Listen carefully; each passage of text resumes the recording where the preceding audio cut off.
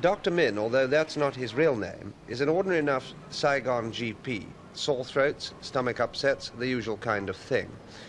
Although he's probably not typical in having been to both Britain and the United States.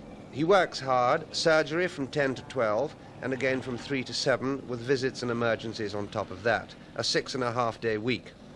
The reason he doesn't want his name used is that 21 years ago, Dr. Min and his family left Hanoi when the communists took power, and then came to Saigon.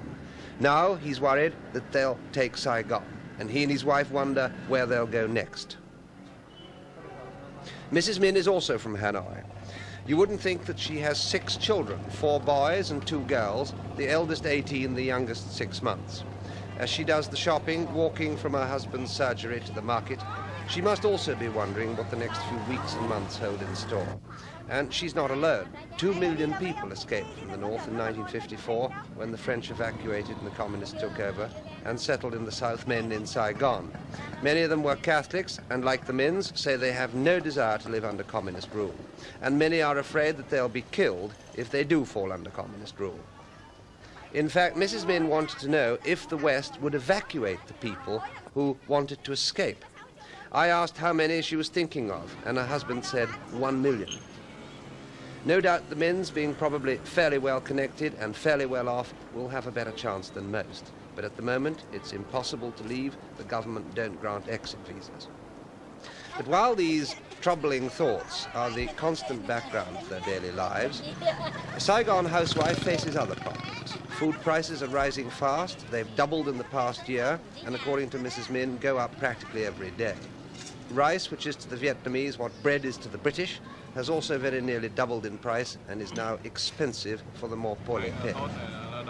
And yet the Mekong Delta south of Saigon is one of the great rice-growing areas of the world. 5 of the Min children go to day school. They come home for an hour for lunch. Today it's duck with rice and shrimp soup.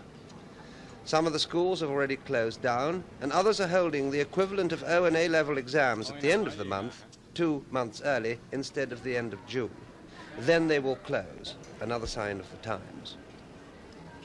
The Vietnamese are a sociable people, but here again, drastic changes are affecting them.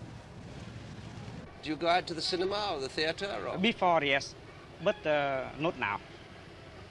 It is better to stay with the whole family in the house. Is that because people are frightened, or? Yes, the people are frightened.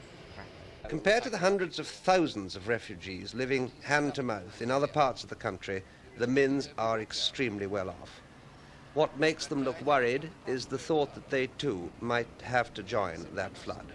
Sandy Call, News at 10, Saigon.